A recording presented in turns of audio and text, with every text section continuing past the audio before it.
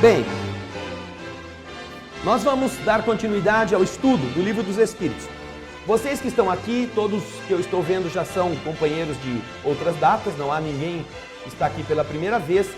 E nós também damos as boas-vindas e perguntamos se alguém está sem o Livro dos Espíritos, se alguém não sabia, não trouxe o Livro dos Espíritos, levante a mão, que o Ricardo tem exemplares avulsos para você acompanhar hoje. Todo mundo tem? Vocês que vieram também para a reunião e já têm os livros? Ok. Onde nós paramos, Cícera? Hoje vai ser 564. 564. É a pergunta do Livro dos Espíritos que nós vimos, estamos começando a ver hoje, no sentido daquilo que o capítulo 10º do livro 2º nos está ensinando. Ocupações e missões dos espíritos. Na semana passada nós vimos a 563. As ocupações dos espíritos são incessantes? E nós vimos que elas eram incessantes se nós considerássemos o quê? O pensamento. Eles não ficam trabalhando só, eles têm momentos de lazer, têm momentos de descanso, têm momentos de aprendizado. Eles não ficam numa atividade desenfreada, como a gente fica para ganhar dinheiro. Trabalha de manhã, de tarde, de noite, de madrugada e dorme nos intervalos. Eles não. Eles têm atividades que são variadas, mas se você considerar o pensamento como sendo a ação principal do espírito, tanto eles quanto nós também temos uma atividade incessante, se considerarmos o pensamento como a ação primordial do espírito. Mesmo quando a gente está em repouso, apesar do corpo não estar trabalhando raciocínios, nós em espírito estamos usando o pensamento na região aonde nós estivermos. Por falar nisso, alguém assistiu, alguém foi atrás daqueles programas de sono e sonhos que nós aqui mostramos, falamos para as pessoas? Quem nos perguntou na semana passada, nós falamos sobre os programas que falavam do sono, dos sonhos. Tivemos uma pergunta acho que do Maurício a respeito de quando a gente estava fora do corpo, se a gente pensava ou não pensava, não é? E nós tivemos uma pergunta também de um telespectador que queria saber como fazer para se lembrar mais do sono ou dos sonhos que teve durante a noite.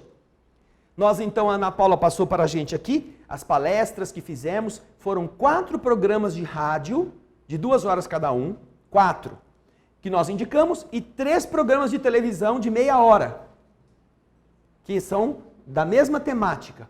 Estão no programa Alegria de Viver, da rádio, e também no programa Alimento para a Alma, o programa de TV. 3 alimentos para a alma e 4 alegrias de viver, programas de rádio. Eu recomendo àqueles que quiserem se informar melhor a respeito, que possam assistir, possam estudar. Nós não estamos apenas cogitando teoricamente ou assim, de ideia própria. Nós estamos mostrando referências doutrinárias, explicações de como fazer para melhorar a nossa capacidade de lembrar. Porque nós estamos em atividade, também durante o sono. A questão é que, quando a gente volta, temos uma dificuldade de pegar aquilo que nossa mente guardou e transferir para o que o cérebro, que estava dormindão, assim, meio songo, ele não ainda está desperto totalmente. Existem técnicas que facilitam essa transição, essa transferência, e nós nesses programas estamos explicando. Bem, hoje nós vamos continuar a partir da pergunta 564. Vamos ver qual é a indagação que Kardec faz aos espíritos. Entre os espíritos, existem os que são ociosos ou que não se ocupem com alguma coisa útil? Tem ou não tem? Élide? Tem? Espera chegar o microfone com o Ricardo. Tem. Por exemplo,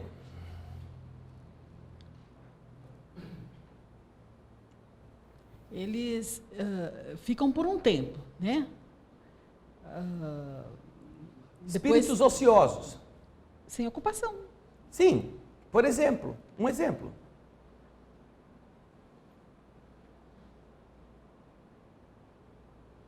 Terezinha. Vai pensando, Elid. Vai.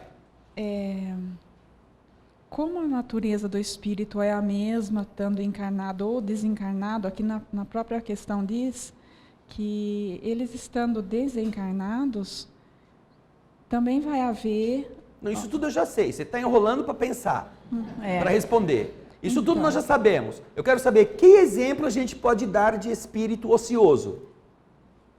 Aquele que não vai se... Aquele que não faz nada. Isso é não vai se definição. determinar nenhuma tarefa até que alguma Que coisa... exemplo? Que exemplo a gente tem?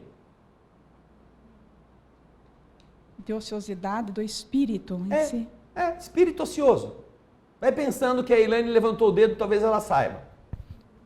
No livro Nosso Lar, quando o André Luiz vai pedir para voltar para a Terra, ele é atendido com uma senhora que está um bom tempo lá, mas que ela prefere curtir mais o ambiente do que necessariamente trabalhar.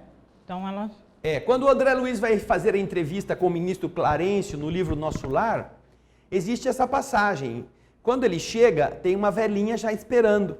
E como o ministro atende por ordem de chegada, não por idade, isso faz a gente pensar no seguinte: aqueles que estão felizes na terra porque tem lugar para idoso em toda parte, vaga para idoso, né? Tudo é fácil para o idoso.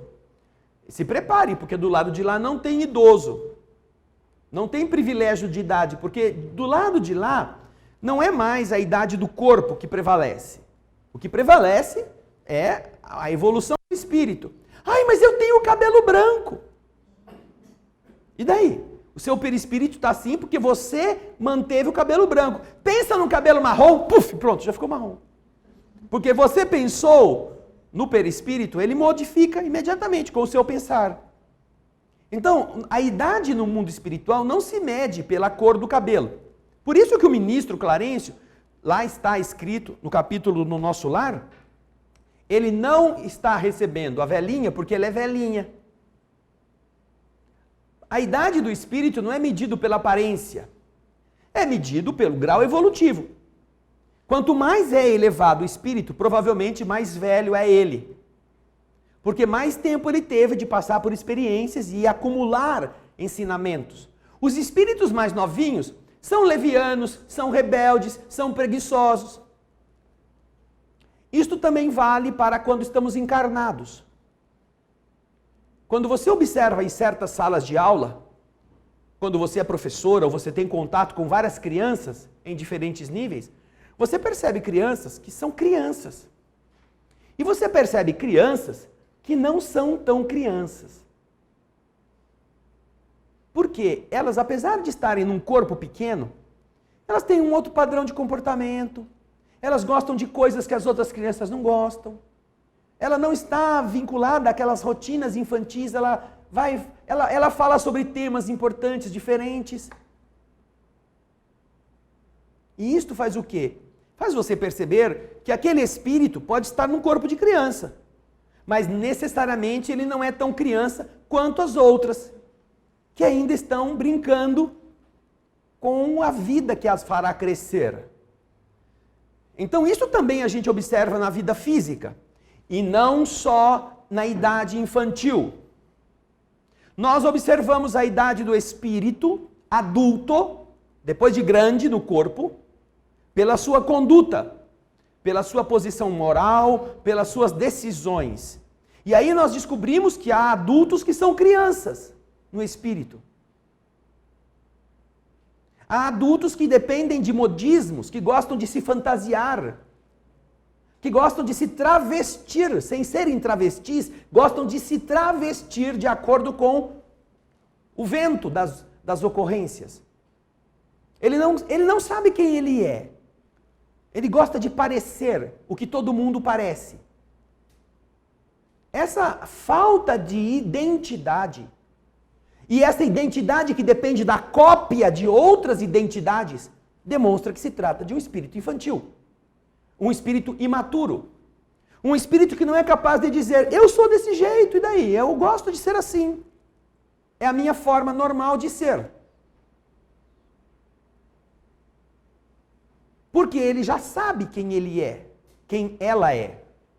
E nós vivemos em uma época onde a pressão social, principalmente da televisão, e principalmente sobre as mulheres, mantém o espírito feminino geralmente num estágio infantil.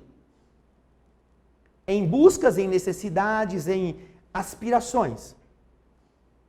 Isso acontece com o homem também. Mas pelo fato do homem ser mais grosseirão, mais rústico, às vezes ele não dá tanta bola para essas coisas. Às vezes ele vai se contaminar na imitação de vícios de seus amigos, de defeitos de aqueles que ele admira, que ele quer imitar. E aí sim. Mas a pressão que se faz sobre o sexo feminino, para que a pessoa ande na moda, que ela vista tal roupa, que ela se pareça com tal personagem da televisão, é muito maior. Porque é uma das formas das mulheres se competirem na preferência, ou dos homens, ou entre elas mesmas. Eu acho que vocês já ouviram, principalmente as mulheres, já ouviram um ditado que diz que a mulher não se veste para o homem. Ela se veste para outra mulher. Ela se arruma, é claro que ela vai querer que a pessoa masculina que está com ela goste da sua forma, mas ela quer que as outras fiquem por baixo. Né? Então você vê, essa é uma forma de maquiar a sua identidade. Por que você tem que aparecer ou parecer uma coisa que você não é, só porque você quer quer diminuir a outra amiga que vai estar no mesmo lugar? Por que nós somos escravos das aparências? Porque nós deixamos. Nós deixamos. Porque nós queremos. Nós queremos ser né? Ser dentro, estar no grupo. E por isso, se todo mundo no grupo anda com aquela roupa, você anda com aquela roupa. Não, é a minha personalidade. A sua personalidade é de mais 50 milhões de pessoas. Que até então não eram assim. Passaram a ser assim. Porque viram isso em algum lugar. Então, é importante que nós observemos isso.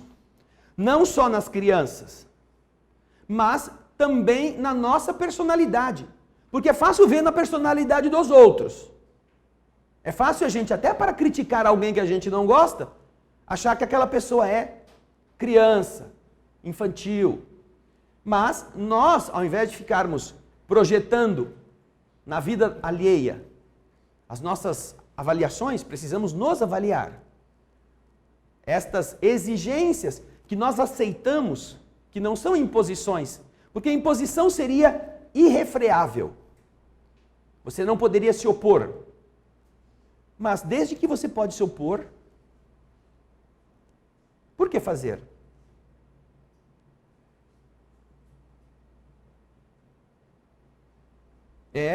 É uma desculpa. A desculpa que dão é porque isso está na moda. E daí? E por que a gente não entra na moda saindo dela? A minha moda é não estar na moda. Quem sabe eu faço moda? Quem sabe alguém me copia? Não andando na moda. Porque é tão agressiva a imposição sutil das aparências, que quando alguém não anda como todo mundo se espanta. Todo mundo se espanta com aquela pessoa que não está vestindo mais ou menos as mesmas roupas, que não está fazendo as coisas do mesmo jeito. Ele aí é o dedão fora do sapato. Mas quem disse que esse sapato é o melhor? Quem disse para você que está dentro do sapato, que você sabe quem você é? Então, o que nós observamos é que a ociosidade, que nós vimos aqui na pergunta, no caso da velhinha, que a Elaine comentou, que no capítulo 13º do livro Missionários, ou do livro Nosso Lar, nós vamos encontrar a descrição. Ela foi primeiro atendida, por sorte de André Luiz, ou por azar, porque ela tinha chegado antes. Não é porque ela era velha. Porque no plano espiritual, essas aparências elas não têm valor nenhum. Então, é importante que nós Recordemos, mudei de câmera. O Andrezinho está procurando nosso lar lá. A velhinha. É importante que nós recordemos que nós, quando estivermos do lado de lá, não seremos velhinhos, velhinhas, não seremos privilegiados por termos sido doutores, por termos sido A, B, C ou D na nossa sociedade. Nós seremos apenas nós sem a carne. E se nós formos emocionalmente imaturos, seremos imaturos do lado de lá. Vamos fazer um raciocínio só para a gente trabalhar um pouco isto. Pense você que está aqui hoje, e você que nos está assistindo, pense que hoje acabou tudo. Daqui você não vai sair mais. Você hoje terminou a nossa reunião, morreu. Mas pense de verdade. Não só, André fica fazendo essas piadas. Pense de verdade. Não vai ter ninguém, ou alguém vai ter que cuidar dos cachorros da Terezinha. Ela não vai voltar lá para dar ração para eles. Lá no tribunal, alguém vai ter que fazer o seu serviço.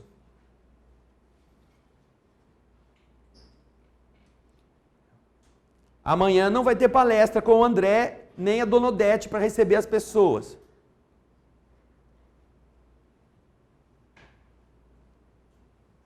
O Vanderlei tinha escapado da morte, mas ele voltou, então morreu também.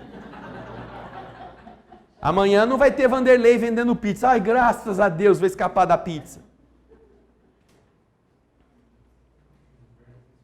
A farmácia, amanhã, vai estar fechada. Ou alguém vai ter que abrir sem o dono.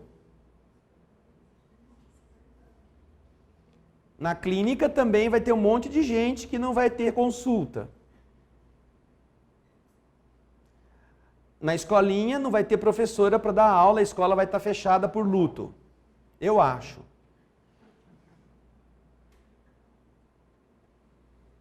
A Lisete não vai ter mais problema de onde é que ela vai colocar os quadros que ela compra da pintura mediúnica, vai deixar tudo para o marido, que deve fazer uma fogueira com todos eles.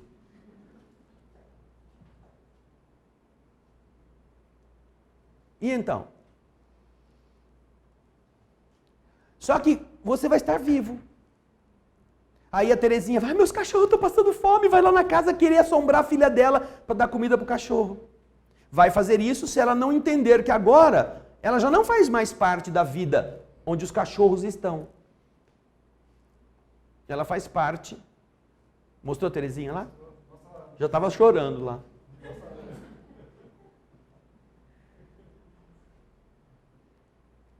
Então, se nós não prepararmos a nossa mente de uma forma adulta, você não vai ter mais filho, você não vai ter mais casa, você não vai ter mais carro, você não vai ter mais compromisso material. E aí eu ia fazer um negócio justo, não dá pra gente morrer amanhã, porque eu tenho que fazer um negócio, não tem jeito, vai ser hoje. E aí? Quem que vai cuidar do piquerrucho? Quem que vai dar banho nele, cortar o cabelo dentro da bacia? O pai, que não veio aqui hoje. Porque os avós e a mãe pifaram. Poxa, não tinha um dia melhor para ir nesse centro espírita, justo no dia que eu ia morrer? Então. Já vai tão novinha, casada de pouco, já vai deixar o rapaz viúvo. Né, Juliana? 6 meses de casado. Mas é verdade, gente, é verdade. E se acontecer? Você está preparada para enfrentar isto?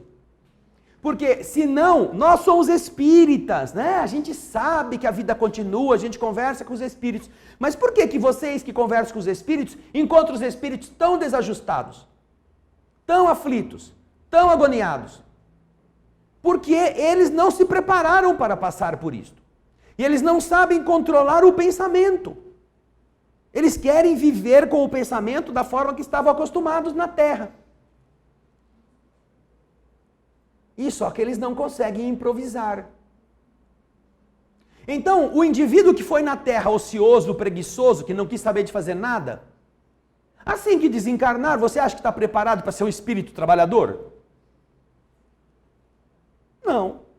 Se a pessoa todo fim de semana lamenta que chegou segunda-feira, que ela detesta ir para o serviço, a hora que ela desencarnar, ai, graças a Deus que agora não tenho mais que ir para o serviço.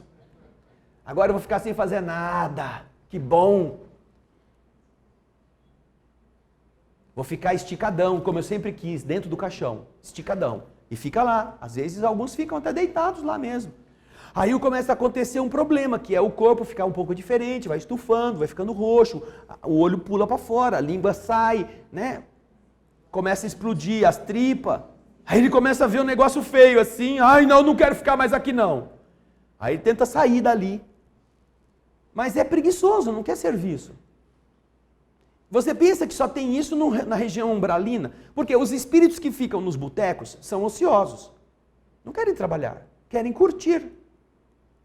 Vocês já imaginaram obsessor de restaurante? Tem espírito obsessor de restaurante. Não do restaurante em si, mas das pessoas que vão lá. Porque eles também gostavam, tinham a inclinação da gula e estavam sempre querendo comer. Agora eles não podem mais, mas alguém entra lá, ele entra junto. E aí ele quer esse prato, mas quer mais aquele outro. E ele vai degustar com a pessoa que estiver invigilante, vai degustar junto com ela. Vai ter as mesmas sensações. Se nós não aprendermos a nos libertar, inclusive da volúpia de comer, vocês já pensaram o que vai ser do seu espírito? Existem pessoas, e isso é interessante do ponto de vista do nosso primitivismo, existem pessoas que não conseguem ficar 18 horas sem comer. Começam a ficar irritadas, começam a ficar bravas, começam a ficar nervosas.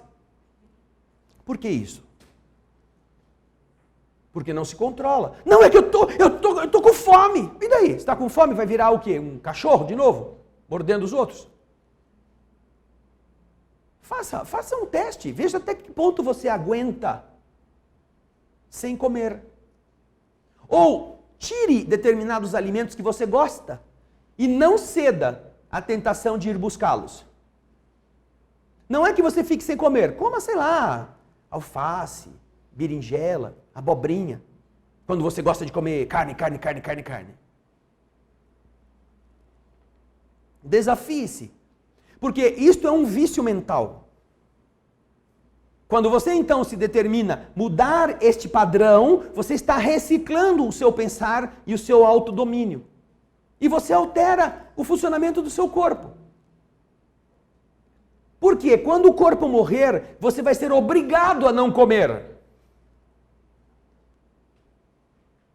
E muitos que desencarnam vão obsedar aqueles que vão comer.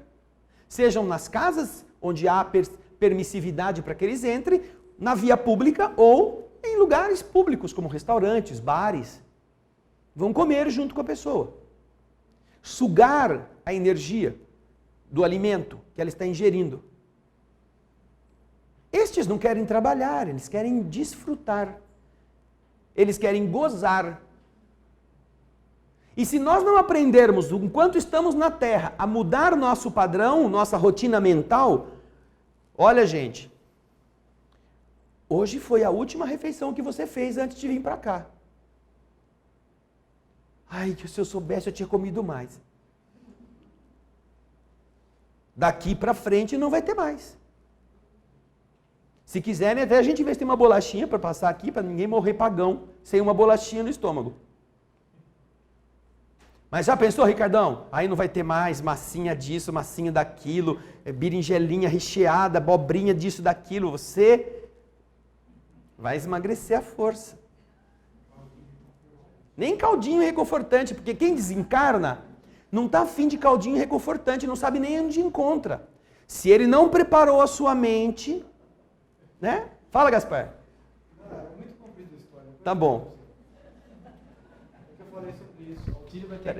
A Otília vai ter que aprender a desaprender a cozinhar. Porque lá não vai ter alho, cebola, essas coisas. Eu estava falando com ela agora à tarde.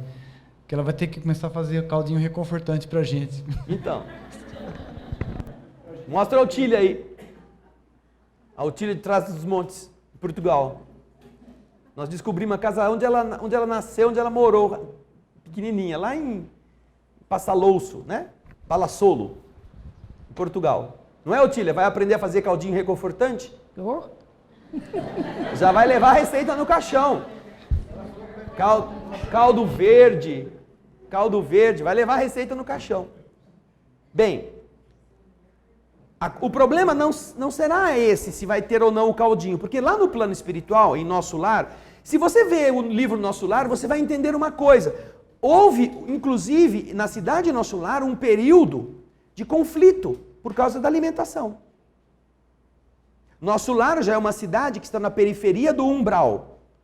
É um umbral, mas já está quase saindo dele. É um umbral leve. E ali em Nosso Lar, há, na história que André Luiz nos conta, o relato de que houve conflitos em função dos hábitos alimentares dos que tinham desencarnado e que queriam ter lá as mesmas regalias que tinham na Terra. E foi um dos conflitos que foi decidido, que é o capítulo 9 do livro, a Ana Paula está colocando para a gente aqui, foi decidido por uma determinação de vontade do governador da cidade. Impôs, depois de 30 anos, preparando toda a comunidade, trazendo professores para ensinar como se alimentava da respiração, da água, de outros tipos de fontes mais suaves, como que isso era importante, facilitando a visita a núcleos superiores daqueles trabalhadores que quisessem aprender para que eles se convencessem de que aquilo era melhor. 30 anos ele tentou educar a comunidade para mudar a alimentação. Por fim, depois de 30 anos, ele determinou que a cidade fosse fechada, que fossem abertos os calabouços da cidade, e que a partir daquele período, ninguém mais se alimentava, a não ser com água e com a energia proveniente do ar, da respiração. Nem o ministério da união divina, que era o principal, estava do lado dele. O mais elevado ministério da cidade Nosso Lar. Mas foi o primeiro que aceitou as mudanças por reconhecer que elas eram importantes. É muito difícil você querer ajudar as pessoas que não querem ser ajudadas. Na Terra, quando você faz isso, metade vai embora. Porque não querem esforço. Mas em Nosso Lar não dava para ir para muito lugar, né? Estava tudo fechado. Olha, para os mais rebeldes tem a opção do calabouço, pode ir para lá.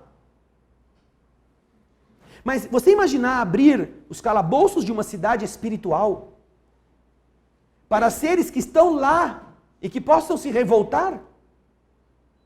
Estando ali. Para você ver que a elevação dos espíritos que estão na cidade Nosso Lar não é sublime. Não é sublime. É talvez até muito baixa, dentro daquilo que eles podem considerar a elevação, não é? Em planos superiores. Mas por que isto em Nosso Lar? Porque as pessoas mentalmente não estavam preparadas para deixar a picanha mal passada, o canelone todo cheio de molho, o vinhozinho acompanhando a sua refeição ou a cerveja. Conta André Luiz que na cidade Nosso Lar, antes desse governador, havia inclusive contrabando com as regiões umbralinas que estavam circundando a cidade. Alguém facilitava a entrada de determinados alimentos, vibratoriamente falando, mais densos. E provavelmente ganhava alguma coisa. E lá dentro devia ter algum sistema de, né? Olha, vem aqui, eu te dou aqui escondidinho, você me faz outro favor. O governador da cidade de Nosso Lar, no livro Nosso Lar, ele é governador já há 114 anos. Não tem eleição. É a meritocracia. Foi posto ali por ordem de espíritos superiores. E lá permanece até que ele seja ou removido ou promovido. Pela ordem das inteligências superiores? Já pensou se tivesse eleição, o governo, não, eu sou democrata, vamos fazer então aqui uma eleição para ver que tipo de comida a gente vai ter aqui. Pergunta se eles iam optar por uma transformação visceral dos seus hábitos. Nunca. Nunca. Por quê? Porque exatamente o que está nessa pergunta aqui é o que predomina no nível atrasado do ser que está em evolução. É a preguiça, é o ócio. Não fazer nada, não se esforçar, não ter vontade de mudar a sua rotina porque já está tão boa do jeito que está. Nós temos uma rotina, inclusive na vida física, que nos leva de um período de aprendizado na escola, a um período de construção da família, a um período de trabalho para sustentar e ao período da aposentadoria. A gente fica vivendo esses períodos esperando chegar na aposentadoria para não ter que fazer nada. Quando a gente é criança não gosta de estudar porque a escola exige de você. Quando é jovem quer curtir a vida porque também, vai deixar passar. Quando é adulto, já jovem adulto, tem que cuidar da família. Então tem que trabalhar, ganhar dinheiro, não posso me dedicar muito a sair dessa rotina. E quando é velho, por que eu vou estudar agora? Já estou velho. Agora não entra mais nada na cabeça. Vejam só como a gente vai jogando para outros períodos da vida a nossa falta de vontade em aprender. Faça um teste com você. Pergunte a você mesmo quantos livros você lê por ano. Nós estamos terminando 2016. Pense com você eu não estou falando de livro espírita necessariamente. Quantos livros você leu em 2016? Do começo ao fim, e que você seja capaz, inclusive, de contar a história, do que você aprendeu, de que conteúdo você se beneficiou. Você que está em casa também, pense nisto. E se você parar hoje, o que você pode dizer que neste ano você incorporou de ensinamento? Seja de leitura, seja de pesquisa, seja de curiosidade. O que você hoje é capaz de dizer? Nossa, em novembro eu sei coisas que em janeiro eu não sabia. O quê? O que você sabe hoje? Eu não lembro. Então você não lembra, você não sabe. Ou está com a memória meio dificultada. Talvez na profissão você tenha aprendido alguma coisa. Talvez, nem sempre. Porque algumas profissões elas são apenas a repetição dos mesmos processos. E quando aparece um negócio de reciclagem, aí fala, ai que chatice, ter que ficar fazendo reciclagem, esses cursos chatos. Para quê? Para continuar fazendo a mesma coisa sempre. Mas existem profissões nas quais você pode aprender coisas, pode mudar o enfoque, pode fazer outros produtos, coisas assim. Então, veja só, se nós não detectarmos com facilidade coisas que nós aprendemos este ano, nós não aprendemos. Passamos 11 meses vivendo uma rotina que a gente levantou, trabalhou, etc, etc. Mas espiritualmente falando, vamos pensar se nós não fomos ociosos, espiritualmente, no aprender. Não no trabalhar, porque a gente reza, a gente frequenta instituições, a gente se doa como médium, a gente conversa com espíritos. Então a gente tem uma atividadezinha, assim, que é de acolhimento de pessoas que estão numa situação difícil no mundo espiritual. Mas e nós mesmos? Espiritualmente, o nosso espírito aprendeu o quê? Passou o ano todo, praticamente. Você espiritualmente se tornou mais tolerante? Você venceu algum defeito, alguma mania? Mania, você tem manias. Você sabe que algumas manias não são tão problemáticas, mas tem umas manias que são chatas para danar. Mas você gosta, você acha que isso pode ser trabalhado? Eu tenho mania de, roer unha. Continua roendo? Não é bom. Se ainda tivesse sabor, unha chocolate, unha, frango, a passarinho, você até mudava de sabor. Mas não tem, é tudo sem graça. Então, nós percebemos que a nossa mente, ela fica ociosa. Nós nos acomodamos nas rotinas. Fazemos coisas, pensamos, mas só aquilo que a gente está acostumado. Podem ver, nós dirigimos veículos. E olha, é uma técnica bastante exigente. Mas a gente dirige e sabe que foi para um lugar, mas não sabe por onde foi. A gente não sabe. A gente volta para casa e esquece por onde fez, que caminho fez. Você está dentro do carro mudando a marcha e não está percebendo. Quando o seu carro é de mudar a marcha. Porque tem carro que só acelera ou breca. Aí nem prestar atenção em mudar a marcha precisa. De repente você está em casa. Puxa vida, eu já estou aqui. Por onde que eu vim mesmo? Se você hoje pensar o que você almoçou, talvez tenha que parar um pouquinho. O que será que eu almocei hoje mesmo? Porque foi uma coisa assim, rápida, às vezes pensando em um monte de outras coisas, que você engoliu a comida e às vezes não guardou o sabor daquilo que você comeu. Talvez hoje seja fácil, mas ontem, por ter sido feriado, até você pode ter ido comer em um lugar diferente.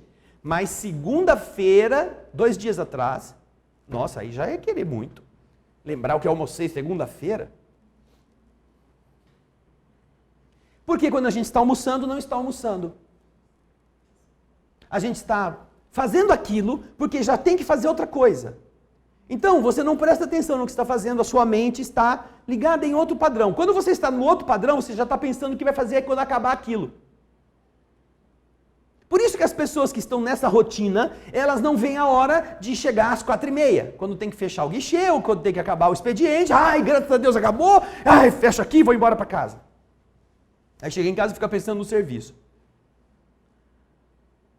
E aí, não consegue guardar. E é a mesma coisa quando você vai buscar informações. O que você vai fazer para aprender coisas? Você vai exigir do seu pensamento, da sua atividade mental, atenção. E a atenção é um exercício cansativo. Cansativo perto daquele não exercício. Você tem que ter uma atividade, tem que prestar atenção, tem que ler, tem que ficar atento, tem que anotar. Ai não, dá muito trabalho. É preferível ouvir. Nós temos o nosso programa, o Espírito da Letra, faz um sucesso tremendo. Porque eu leio o livro. E explico. E agora ainda a gente põe sinônimo. Aí o povo, ai, mas é tão bom, é tão gostoso, porque eu não conseguia ler, agora eu entendo o livro. Mas se você perguntar para as pessoas se ela se recorda de alguma das passagens, depois de elas terem assistido 50 ou 100 capítulos ou 100 programas do livro Nosso Lar, elas não vão lembrar. Porque elas ouviram alguém ler. Elas assistiram alguém lendo. Elas escutaram alguém explicando. Elas não tiveram trabalho de pensar sobre as coisas. Não me refiro àqueles que acompanham a leitura, que têm um livro em casa, que vão anotando o que a gente vai falando. Esses vão aprendendo também. Mas as pessoas, elas se deslumbram com o que está no livro, que elas já tinham lido. Nos escrevem e-mails quase todos os dias. Nossa, eu já tinha lido esse livro tantas vezes e nunca tinha pensado nessas coisas. Ela se deslumbra com uma coisa óbvia que está no nariz dela e que ela já tinha lido 2, 3, 4 vezes. E que não tinha prestado atenção.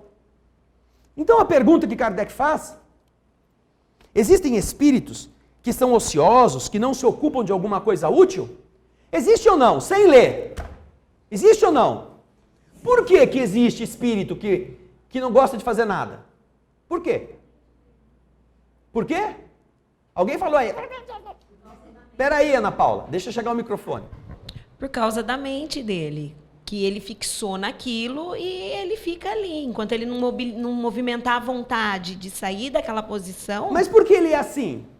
Porque ele se acostumou a ficar assim, se Quando? acomodou. Enquanto estava encarnado. Então, existem espíritos preguiçosos, ociosos, porque existem pessoas preguiçosas e ociosas, que quando morrem, continuam sendo iguaizinhos ao que eram antes. Só que não tem o corpo. Agora, isso vai durar para sempre? Hã? Não. Nem para os encarnados vai durar para sempre, nem para os desencarnados vai durar para sempre. Então hoje nós vamos descobrir se a gente foi operoso ou não, porque a gente vai morrer até as 10 horas. Do lado de lá a gente vai ver, ai meu Deus, eu podia ter feito mais, olha quanta coisa que ficou para fazer. E agora, quem que vai fazer no meu lugar? Esse é o problema. Quem vai fazer o que eu tinha que ter feito e que eu não fiz? E isso pode prender a sua mente nessas coisas. Quem vai cuidar do Christian? Vai todo mundo lá para casa da... Vai o Bosco saindo voando, a Danila, a mãe, a Sueli, vai tudo atrás, todo mundo morto, e o pobrezinho lá assustado, com um monte de fantasma em volta dele. Aí nem dorme direito, porque tem um monte, ai, há uma penada aqui, tudo em volta de mim. Mas a mente vai, se não for trabalhada, vai levar o espírito para lá. Não quer dizer que a gente não possa ir vê-los, mas não com o ânimo de ficar lá tomando conta. Acabou. O seu período aqui acabou. Você tem que pôr isso na sua mente. E então, você pode ir, que alguém vai cuidar daqui. Mesmo que você não tenha feito plano funerário, que não tenha comprado um terreninho no cemitério, podem ter certeza que alguém vai enterrar você. Nem que for na cova rasa lá, do rabecão da prefeitura, alguém vai botar você lá. Porque ninguém vai querer ver você fedendo em vida, na vida deles, né? Então, até para eles se esquecerem que aquilo vai acontecer com eles também, eles enterram. Né? E ainda vão reclamar que você ainda deu prejuízo até na hora de morrer. Né? Nossa, podia ter deixado uns trocos, mas ainda assim tive que gastar dinheiro com esse velho que morreu e não tem nem de ser enterrado. Compramos o caixão mais barato, mas ninguém apareceu aqui para dizer, olha, o vovô deixou, sei lá, 100 mil para cada neto. Alguém vai enterrar você, mesmo que não deixar nenhum centavo. E eu aconselho que não deixe mesmo. Porque você vai assistir a reunião dos seus herdeiros, está escrito lá, um pouquinho mais para frente. E vai ser muito decepcionante você ver o que eles vão falar de você. Ou ouvir. Ver e ouvir, né? Agora, se você tiver deixado muito dinheiro, ainda vai ser pior. Vai ser bem mais triste para a gente perceber o que aconteceu.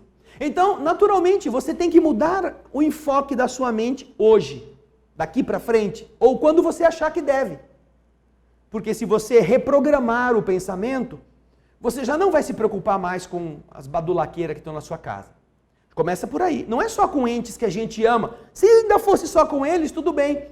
Mas é com bibelôs, com joias, com roupas, com enfeites. Já não são mais seu. Vai ser da sua empregada, vai ser da sua cunhada. Sabe aquela cunhada, aquela tranqueira? Vai levar os tapetes, tudo para casa dela. E você vai fazer o quê? Vai obsedar a mulher? Só porque ficou com os seus tapetes? Não, não são mais seus. Olha, é a coisa mais justa que existe no universo, é o despejo da vida. É um despejo. Para um caminhão lá, cata você, pega as coisas lá, distribui para todo mundo e vai embora. Leva você para... Não, mas é minha casa. Não, não é seu. Foi. Estava emprestado. Não é mais. E aqueles que não entendem isso, mantêm a mente fixa e sofrem. Sofrem terrivelmente. Não se prepararam para a vida da verdade. Ficaram aqui vivendo essa fantasia, achando que isso aqui era a verdade. Não é. Chega um momento em que a gente é despejado da vida. Vamos então ver o que os espíritos responderam na questão 564. Entre os espíritos existem aqueles que são ociosos ou que não se ocupam com alguma coisa útil? Resposta: sim, existem. Mas esse estado é temporário e subordinado ao desenvolvimento da sua inteligência. Então observe uma coisa. Todas as pessoas encarnadas que não fazem alguma coisa de útil ou são ociosas, elas têm uma deficiência de inteligência. Porque a inteligência, para ser exercitada, exige, cansa, a atenção, o aprender, faz a pessoa se desgastar. Então, uma pessoa que é ociosa, seja encarnada ou em espírito, ela está com a sua inteligência pouco desenvolvida. Não é que ela seja burra, não é que ela seja uma pessoa sem inteligência, é que ela está no estágio mais primitivo da inteligência. E é difícil, então, administrar uma pessoa assim. Essa pessoa sempre pensa que sabe tudo. Pode ver. A pessoa não sabe nada, não lê nada, mas dá palpite em tudo que chega na cabeça dela com a notícia, ela sabe resolver o problema. Ela se mete em todos os assuntos. E se você diz que ela não entende nada, se ofende. Ela não tem consciência de que ela não sabe. Ela acha que resolver como é que a sonda deve descer em Marte, ela explica como que deve fazer o veículo para a sonda descer em Marte. Porque mandaram uma sonda, a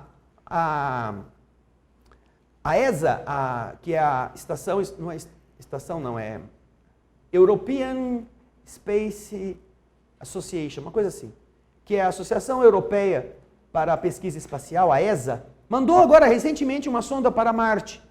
Só que a sonda que tinha que cair se espatifou. Né? Aconteceu, disseram, né? Que abriu o paraquedas mais cedo, quando chegou para diminuir a velocidade não conseguiu, ao invés dela pousar, ela se estrelou contra. Mas se fosse o meu projeto, não, era só botar sabe essas geleca? Sabe aquelas geleca de criança? Põe umas geleca embaixo, porque mesmo que falhar o paraquedas, a hora que ela bater na geleca é mole. Pronto, Sara. Está lá a sonda boa lá no lugar. Nossa, é mesmo? Puxa vida, que solução mais genial o senhor teve lá em Marte. Então essas pessoas, se você fala assim, mas você é burro, vai estudar, vai. Quem é você para me dizer que eu sou burro? Vai estudar. Não, a pessoa tem, rasgos de genialidade na sua ignorância. Esses são espíritos primitivos. Então é difícil você conversar com eles. Eu conheço alguns. E algumas. Vocês já viram cachorro quando toma banho? O que acontece com o cachorro quando toma banho?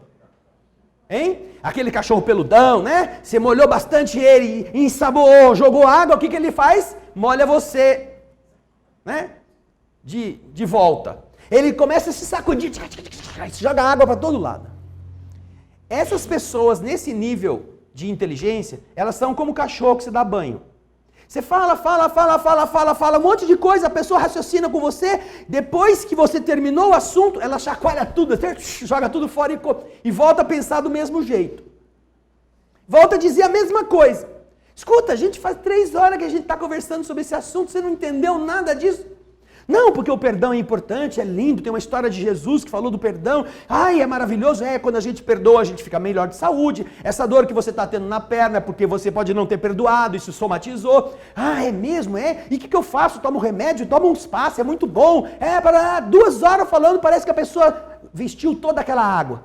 Aí tá bom. Mas é ruim ser traído, né? Que coisa horrorosa. É porque não foi você. Por isso que você me falou tudo isso. Não adiantou nada. Sacudiu, jogou tudo fora. Que nem cachorro que... Por quê? Porque essa pessoa não está aberta para aprender. É um espírito dessa natureza. Como ele diz aqui. Esse estado temporário é subordinado ao desenvolvimento da sua inteligência. Então entenda uma coisa. Esta pessoa, não adianta você querer mudar na machadada. Não vai mudar. Porque é uma questão de inteligência, é uma questão de maturidade espiritual. Então, ou você administra como criança, apesar de ser grande, ou você dá a ele ou a ela a chance de, legal, é isso mesmo, concorda. A melhor forma de ajudar essa pessoa é concordando um pouquinho. Não, é verdade, nossa, você tem razão, não sei o quê. Dá. A pessoa fica, concordou comigo. E depois, de vez em quando, você joga uma sementinha, chama para assistir um filme. Eu durmo. Quando não é o filme que interessa, no assunto que interessa, qual é o assunto que interessa? Futebol. Esporte. Esse é um conflito que existe muito entre casais. Porque muitas vezes a pessoa do sexo feminino mais sensível quer assistir um filme tocante, um filme de cunho positivo, mas assim, mais cabeça. E o outro não quer. Quer assistir luta de boxe, quer assistir corrida de carro, quer assistir coisa assim de filme de terror. Como é que você concilia alguém que quer assistir um filme tocante, filosófico, com alguém que quer assistir filme de terror? Até você pode ir assistir o filme de terror com ele ou com ela, se é a mulher que é assim. Olha, eu vou com você, mas você vai comigo no outro. Aí ele vai com você ou ela vai com você no outro e ela dorme. Ai, que filme chato. Você está lá chorando, da emoção, e ele está... O que aconteceu aí? O cachorrinho morreu, atropelado pela bicicleta. Ah, mas que filme mais chato. Então, você observa, não adianta enfiar na cabeça da pessoa. Isso é um grau evolutivo que ela tem. Ela precisará, com o tempo, querer sair disto. E esta necessidade não vai depender de você obrigar. Você poderá estimular, mas você não tem como forçar a pessoa. Ela precisa querer. E às vezes vai levar uma vida, 2 vidas, 3 vidas. Aceite bastante bem essa criatura, trate muito bem dela para não ter que reencarnar de novo como esposa ou como marido. Porque se você odiar, aí vai ter que voltar. Porque de uma certa forma, ele ou ela foi a sua chance de ser melhor. Vocês estão rindo aí? O povo está aqui gargalhando, parece que eu estou contando uma piada. Aguente com amor, porque essa outra parte também é lição para você. É lição para o seu orgulho, para o seu desejo de domínio, é lição para você aprender a se modelar, a entender como educar uma outra alma. Como quando você tinha filho pequeno. Por isso que o conselho das entidades amigas é: veja a sua esposa ou veja o seu marido como seus filhos. Mais um filho, que é mentiroso, que é preguiçoso, que tem umas manias, que não adianta você falar e ele nunca vai. É que nem seu filho. Então, se você tratá-lo como uma criança, que você tem que ter já no mesmo estado de adulto que você entenderá melhor. E aí vai ter mais paciência, vai ter mais compreensão. Ah, mas não foi isso, eu não quis casar com uma criança. Descobriu isso tarde. Quando estava todo mundo no mesmo estado, na mesma idade, você achava que era uma boa pessoa. Mas daí a pessoa vai envelhecendo, nós todos vamos nos desgastando, e começam a prevalecer o nosso jargão comum, mais básico. Enquanto a gente é jovem, quer conquistar, a gente inventa um monte de coisa.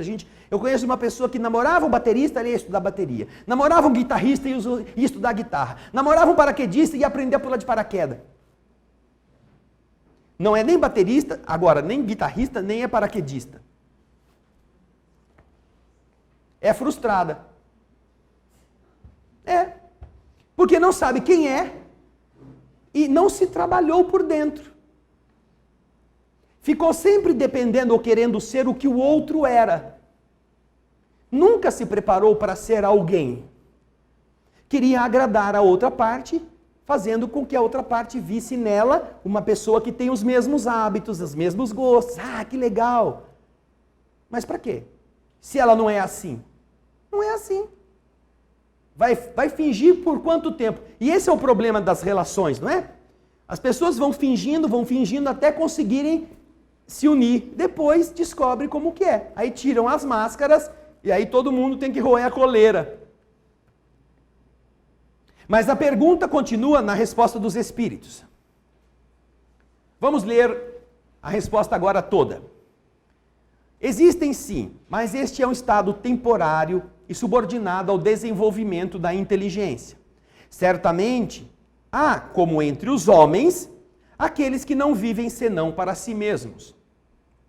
Mas esta ociosidade lhe pesa, e cedo ou tarde, o desejo de avançar lhes faz experimentar a necessidade da atividade. E eles são felizes em poder se tornar úteis. Falamos dos espíritos que alcançaram o ponto de ter consciência de si mesmos, o seu livre-arbítrio, pois em sua origem são como crianças, que acabam de nascer e que agem mais por instinto que por uma vontade determinada. Se vocês que estavam dando risada aí perceberem o que os espíritos estão dizendo, nas experiências que já tiveram, não é exatamente isso que você encontrou? Então, agora, as outras que ainda não deram risada, pensem, se vocês não são essa pessoa, que ainda não sabe o que é, nós todos estamos numa condição ou outra. Nós achamos que somos muito legais, muito bons, o outro que é errado, a outra que é errada. Não, agora faça essa avaliação, vamos fazê-la conosco mesmos. Sabemos entender, sabemos ter uma atitude equilibrada? Nós temos manias, queremos que as coisas funcionem do nosso modo? Sabemos ceder? Então, também, a nossa inteligência precisa ser desenvolvida. E às vezes é com uma pessoa dessa natureza ao nosso lado que nós desenvolveremos a nossa inteligência. Por bem ou por mal. Ou porque queremos acompanhar, ou porque somos obrigados a aguentar.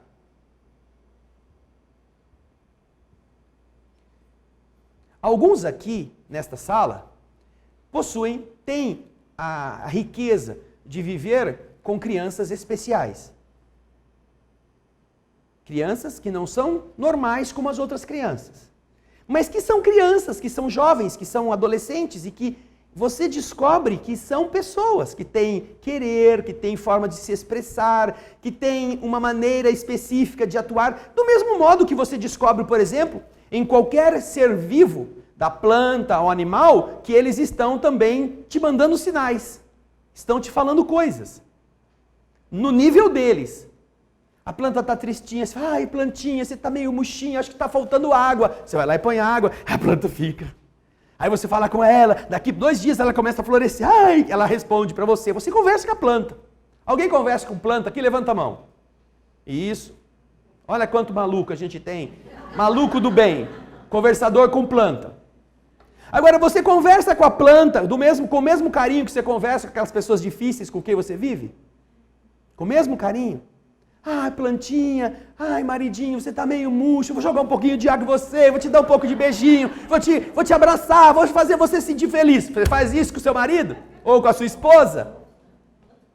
Melhor com o vaso. Com o vaso é mais fácil. Não é? Só que se você fizer isso com a outra parte, pode ser que demore mais, pode ser que demore 10 anos, 20 anos, 30 anos, mas ele vai florescer também. Vai ficar mais viçoso. E isso vai ajudar o próprio cuidador a ser melhor. Então, nós observamos que se vemos as mensagens de animais, você sabe quando o seu bichinho está triste, você sabe quando o seu bichinho está com fome, você sabe quando ele quer carinho. Tem um vídeo bonito, muito bonito, aliás, muito encantador. Ele tem uma imagem em que o homem está fazendo carinho num gato. Acho que é gato. Faz carinho no gato, só que ele tem coisa para fazer. Aí ele para de fazer o carinho, o gato vai com a pata assim e puxa a mão dele. Com a pata, o gato vai até a pessoa e puxa a mão, que o gato quer carinho. Aí o cara faz mais um pouquinho de carinho e ele para. Aí o gato vai lá de novo, puxa a pata, pega a unha assim, puxa a pata. Ou seja, isso é uma demonstração, quase consciente, que o gato está querendo que você faça carinho nele. Não é? Faça carinho. É a mesma coisa que você com a sua namorada ou com o seu namorado, o namorado puxa você, pega na sua mão. Quer toque, quer afeto. Então, quando você tem um filho especial, ele não se manifesta como as outras crianças. Ele tem os seus modos de ser. Mas você aprende a decodificar a maneira de agir. E quando você aprende essa outra linguagem, você cresce em espírito. Porque às vezes você descobre que é mais fácil se comunicar com aquele que não é tão normal do que com aqueles que são normais, que fazem de conta que estão de um jeito e estão de outro, que fingem, que dissimulam, que são mesquinhos, que são interesseiros. Com estes outros seres você tem uma relação limpa. Então você descobre valores e belezas que as pessoas que não têm filhos nessas situações não descobrem. E aí as outras olham, nossa, que triste ter um filho desse jeito, eu não sei o que faria. Você não saberia mesmo. Porque se você não estiver disposto a aprender e a ceder, quando você tem um filho especial, você não é mais o centro do mundo. É ele, não é? É o filho especial que é o centro do mundo. Você tem que cuidar dele do jeito que ele quer, do jeito que ele gosta. É claro que você pode tentar educar de uma certa medida até onde ele compreende. Mas você vai desenvolver, do mesmo jeito que a gente tem a linguagem brasileira dos sinais, e nós desenvolvemos uma língua. O Brasil tem 2 línguas. Além do português, tem a Libras. Libras é a linguagem brasileira de sinais. Para que aqueles que não entendem o som possam entender os sinais e se comunicarem. Então, quando você tem este conhecimento com uma pessoa difícil, porque não é do normal dos outros, você desenvolve uma outra língua. A língua que é a da convivência com aquela pessoa para detectar o que ela está dizendo ou o que ela não está dizendo. E você então se enriquece, você fica poliglota. Você passa a ter várias maneiras de se expressar. Então você tem um jeito de trabalhar com as pessoas normais, você tem um modo de trabalhar com as pessoas problemas, e você tem um modo de entender o mundo daqueles que estão sob sua custódia, que Deus confiou para que este ser crescesse e você também. Então é uma oportunidade riquíssima, que eu nunca encontrei, deve até existir, e é compreensível, mas eu nunca encontrei nenhuma mãe que tenha filhos especiais arrependida de tê-los. Se elas pudessem, elas diriam, eu queria ter ele de novo. Porque é muito diferente, exige uma atenção que às vezes os filhos normais, assim chamados normais, não te vão dar trabalho, mas ao mesmo tempo você não se exigirá dessa forma. Se você tem um filho normal, fim de semana um filho sai, você vai passear, você vai para a praia, você vai se divertir, vai para a gandaia. Você tem um filho especial, você não tem mais gandaia, não tem mais noite, se for tem que levar o filho, e o filho tem que estar com você, não adianta deixar, às vezes você tem um ajudante, mas às vezes é você mesmo. Então você restringe seus hábitos, você restringe as suas ações no mundo social, você tem o seu dia de trabalho, mas ao mesmo tempo tem que voltar para casa. Você não pode estender, vamos para happy hour, não tem que ter com quem deixar a criança, a sua happy hour é ele, não é a criança. Então você observa que esses são chamamentos de seres que, por algum motivo, não estão com o controle pleno da inteligência, mas estão permitindo que você desenvolva mais a sua inteligência. Por escavar com a observação, por estar com aquela pessoa e precisar identificar o que ela não consegue expressar, então você se tonifica para enfrentar um desafio. Que se você não tivesse pela frente, seria uma pessoa normal, feliz. Eu estou tão feliz, meus filhos cresceram, casaram, já foram embora, que bom. E esta é uma realidade que as pessoas que são pais de filhos especiais têm sempre em mente, né? Eu quero morrer depois dele. Porque eu sei cuidar dele. Mas se eu for antes, quem ficar aqui talvez não saiba. Não teve esse treino, não é? Bem, alguma dúvida? O Valdiner tinha levantado a mão aqui, Valdiner. Eu fico preocupado. Eu fico com... Cada vez que eu venho mais aqui, mais eu fico nervoso. É isso, Valdiner? Tá bom, pula essa parte então.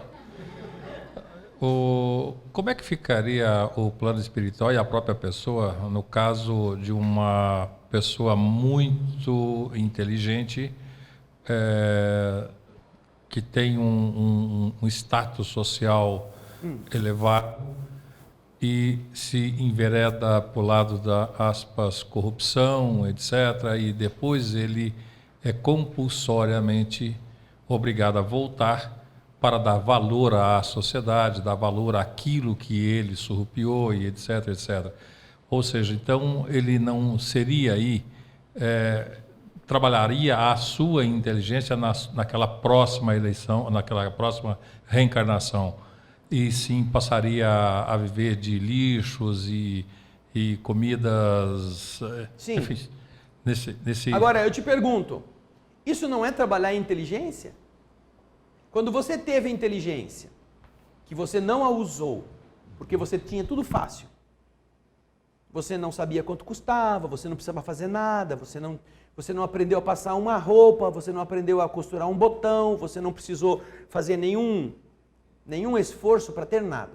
Ou seja, a sua inteligência estava embotada. Então, o destino natural pela lei do universo é fazer com que esta pessoa que ficou inútil durante esse tempo, agora precise estar num corpo, em situação de a própria vida obrigá-lo a ir atrás, obrigá-lo a trabalhar. E o que vai mudar a inteligência é a necessidade. Existe um velho ditado, hoje nós estamos falando de velho ditado, né? Um velho ditado que diz que a necessidade é a mãe da experiência. Se você não tem necessidades, você não vai atrás de ter experiências. Está tudo tão bom. Mas quando a necessidade chega, aí você vai ter que se virar. Não, eu vou ter que começar a trabalhar, eu vou ter que aprender a fazer alguma coisa, eu vou ter que fazer, vou ter que fazer um curso técnico, vou fazer algum curso para ser cabeleireira, ser funilaria e pintura, essas coisas que dão um pouco de dinheiro rápido. Por quê? Porque seu marido perdeu o emprego, você está passando por uma situação, seus filhos têm que ir para a escola. Então, a experiência, ela se adquire em função da necessidade. No nosso nível evolutivo, no nosso estado geral, há pessoas, Valdiner, que não precisam deste binômio. Porque ele vai ter experiência independentemente da necessidade. Ele aprende, ele tem curiosidade, ele estuda, ele mergulha nos livros, ele vai atrás de gente que sabe, vai pedir orientação. Ele não precisa da necessidade para ter experiência. Mas no estágio primitivo ou semi-primitivo da maior parte dos seres que estão na Terra, nós ainda precisamos que alguma coisa nos fustigue para que nós andemos, para que nós caminhemos na direção da melhoria. Então, estes seres que estão nessa condição, certamente no plano espiritual vão sofrer bastante. Essa etapa você pulou. Todas as pessoas que têm facilidade, que têm abundância e que não utilizam isto de maneira positiva, construtiva ou útil, do lado de lá tem que resgatar a sua inércia. No livro Os Mensageiros, e talvez você tenha isso no Projeto Imagem, Andrezinho, no livro Os Mensageiros, existem referências. André Luiz, Vicente e Aniceto chegam a um umbral médio onde está um posto de estágio para aqueles que vêm à Terra em experiências de aprendizagem. Ou para receber espíritos que saem da Terra e vão ser postos por um tempo ali antes de seguir. É o lar de Ismália e de Alfredo. Ali, eles têm um lugar, e André Luiz relata, porque vai até lá, onde estão espíritos mumificados. São múmias. São pavilhões de quilômetros, nos quais, colocados lado a lado, em leitos baixinhos, espíritos mumificados estão ali. São alimentados, são higienizados, porque eles defecam, eles vomitam, eles têm fome, eles têm que ser tratados por enfermeiros.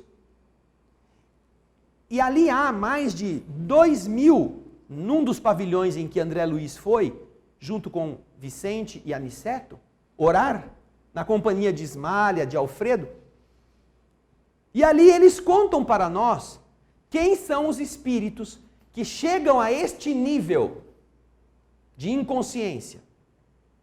Ana Paula, se você encontrar, vocês podem... Ô Andrezinho, você achou aí? Essa é uma descrição do desenho do pavilhão, né? Uma descrição artística, vocês estão vendo na tela.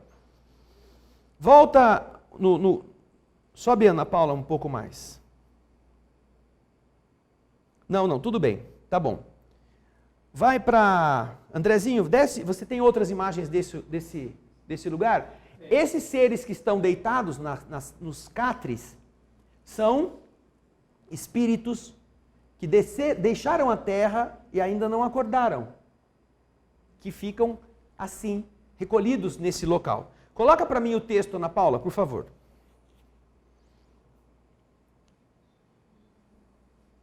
O livro Os Mensageiros.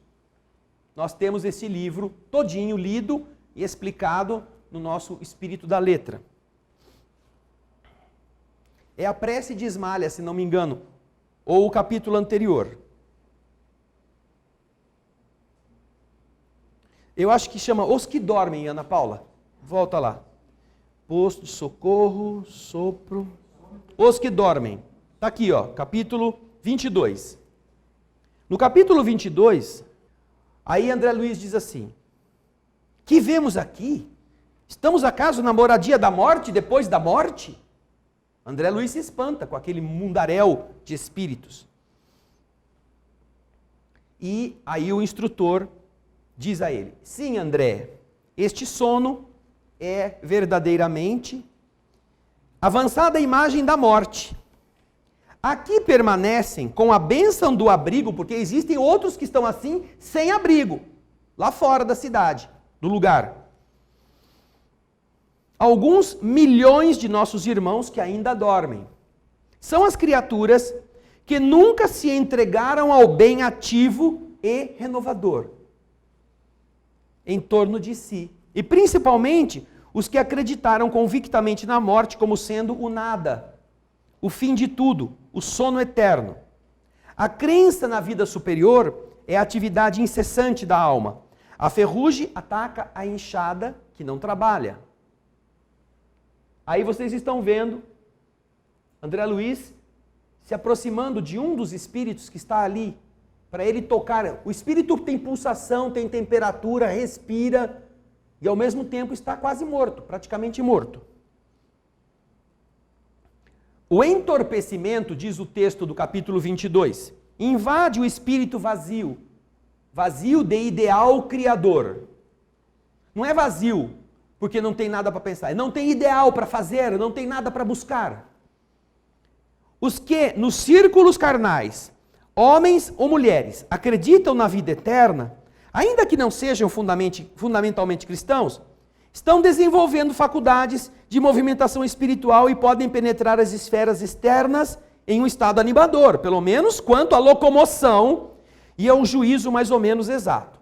No entanto, as criaturas que perseveram em negação deliberada e absoluta, não obstante por vezes filiadas a cultos externos de religiões conhecidas, que nada veem além da carne, nem desejam qualquer conhecimento espiritual, são verdadeiramente infelizes. Ficam assim.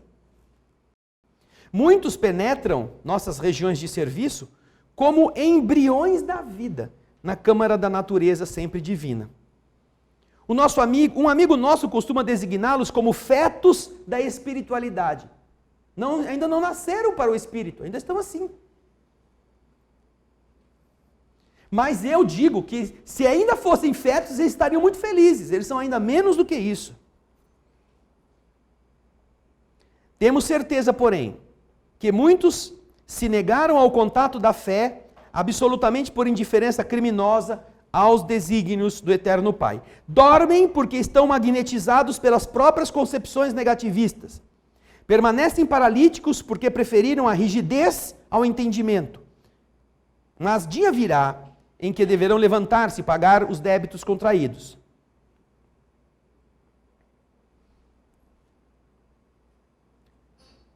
Aí continua Aniceto falando. A fé sincera é ginástica do espírito. Quem não a exercitar de algum modo na terra, preferindo deliberadamente a negação injustificável, se encontrará mais tarde sem movimento. Semelhantes criaturas necessitam de sono, de profundo repouso, até que despertem para o exame das responsabilidades que a vida traduz. Então aqui estão esses que você citou. Pessoas que tiveram muita inteligência, ou pessoas que viveram para o mundo material como cargos públicos, como pessoas políticos, como pessoas de autoridade e que exercitaram isto como se nada tivesse que esperar depois.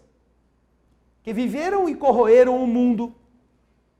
Quando acontece de perderem o corpo, eles não trabalharam a mente como espíritos.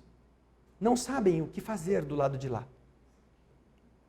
Então, o primeiro estágio da desencarnação para espíritos nesses tipos é doloroso. Esse é um dos exemplos. Há muitos outros que poderão ser dados. Este nós estamos nos lembrando porque, além de ele estar bem delineado, também temos o projeto Imagem, que traduz com as imagens lá do projeto essas cenas. Então, essas cenas nos ajudam a entender. E quem está ali? São aqueles que estiveram na Terra achando que morreu, acabou. A morte acaba com o espírito. Segundo, são aqueles que foram a igrejas que disseram a eles que quando você morre, você vai dormir. São aqueles que viveram o mundo sem fazer nada para aquilo que vem depois. Iam a religiões, mas não deixavam a religião entrar neles. Faziam isto de maneira mecânica, artificialmente. Todos estes têm, quando desencarnam, dificuldade de trabalhar com uma outra realidade que não é aquela que eles estavam esperando. O nada, se é nada, não existe. Então eu tenho que ficar duro, que nem uma múmia. Se você morreu e vai dormir, o seu espírito até o dia do juízo, você dá uma ordem mental para o seu corpo e ele está dormindo. Quem vai convencer o cara a despertar? Se ele disse isso para ele, é uma auto-hipnose. Essas igrejas fazem isso com as pessoas que vão lá. Elas auto-hipnotizam essas pessoas que, convictas de que morreu, vai dormir, o sono eterno até o dia do juízo, ficam assim. Como vocês viram. Desse jeito. Assim. Nesses estados. Não é que sejam religiões ruins. Mas elas ensinam uma realidade que vai gerar no espírito esse efeito. Ou então, as pessoas vivem uma vida descompromissada com a verdade. Uma vida que não tem nada de elevado e, portanto, não esperam nada do outro lado. Para que elas não enlouqueçam, muitas vezes se recorre ao recurso do, vamos dizer, o autismo da alma. É um embodocamento dela nela mesma. E eles vão recebendo tratamento. Nesses capítulos seguintes, nós vamos ver a oração, o atendimento, até que, com o tempo, eles conseguem romper o casulo. Alguns estão de olhos abertos, como se vitrificados. E não veem nada, não escutam nada. E neste livro, naqueles dias em que eles oraram, mostra o efeito da oração para eles, Andrezinho. Nós temos aquelas bolas, André Luiz descreve que através da vibração naquele ambiente, saem das pessoas que estão ali forças que vão, projetando-se no ar, cair sobre todos os que estão deitados lá. O Andrezinho vai colocar daqui a pouquinho a imagem. Mas coloca a sequência, viu, Ana Paula? O projeto Imagem começa na imagem 87, depois vai para 88, 89, o Andrezinho depois, se tiver todas essas, ele pode ir passando, tá? Vai até a imagem 92. E aí, o que acontece é que depois de eles terem feito isto, naquele dia, dois se levantam alucinados e saem correndo, gritando pelo pavilhão, fugindo. Aí eles ficam, nossa, mas ninguém vai correr atrás deles? Ah, não tem problema, nós estamos muito felizes que eles tenham acordado. Alguém vai catar eles lá na frente. Mas para nós, Nossa, fazia tempo. Aí é eles que despertaram e saem correndo. Mas despertaram assim porque receberam um tipo de abastecimento que é aquele que, se o Andrezinho tiver já, pode mostrar.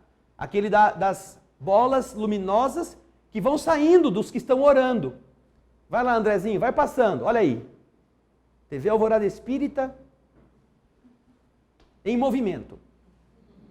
Olha lá, vai, próximo. Aí elas caem e penetram em forma de energia o corpo desses que estão ali.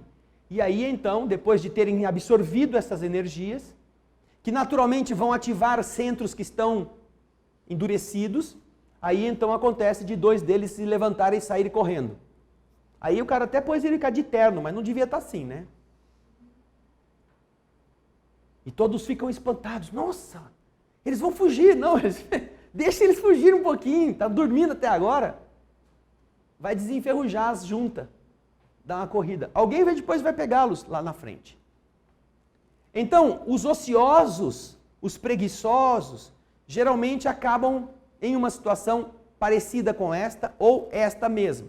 Só que, como vocês viram, eles disseram que ali estão alguns dos milhões que desencarnam todos os dias, ou ao longo de um período, nessas condições. E que estão fora. Estão fora. Não estão na instituição ali. Estão nos umbrais, assim, embodocados em furnas, mumificados no lodo. E André Luiz descreve em outras passagens de outros livros essa circunstância. Perguntas além da do Valdiner? Maurício.